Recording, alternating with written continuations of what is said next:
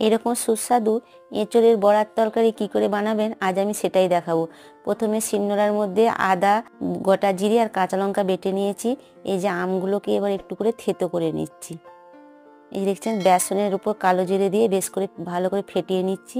দিয়ে সেদ্ধ করা এঁচোড় গুঁড়ো নুন হলুদ মাখিয়ে সেদ্ধ করেছিলাম সেগুলো বেসনের মধ্যে ডুবিয়ে বড়ার আকারে ভেজে নিচ্ছি। একটু ডুবো ডুবো তেলে ভালো করে ভেজে নিচ্ছি।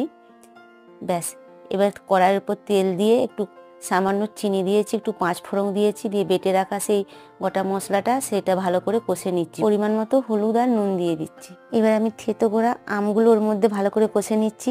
টমেটো কাঁচা লঙ্কা ওর মধ্যে দিয়ে ভালো করে কষিয়ে নিচ্ছি।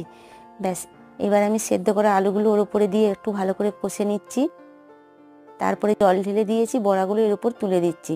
এর সাথে একটু কাবলি ছোলাও দিয়ে দিয়েছি। ব্যাস, আমার এঁচোড়ের বড়ার তরকারি বানানো হয়ে গিয়েছে কাঁচা আম দিয়ে। আপনারা এইভাবে বাড়িতে বানিয়ে খাবেন।